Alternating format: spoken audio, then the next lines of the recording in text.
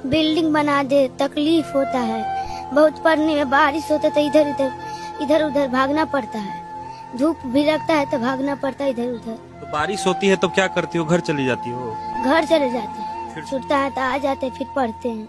ये सब भीग भी जाता है ना तो कहीं कहीं पे बैठते हैं। बिल्डिंग बना दे, स्कूल बना दे।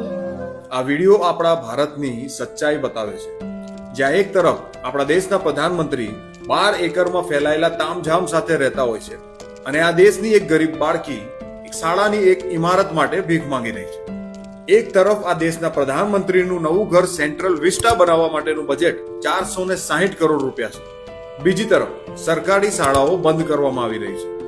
એક તરફ શાળાના બાળકો પર છતના પોપડા પડી રહ્યા છે, બીજી તરફ આપણા દેશના નેતા ત્રિનિદાદમાં જઈને ત્યાંના બાળકોને 2000 લેપટોપ ગિફ્ટમાં આપે છે।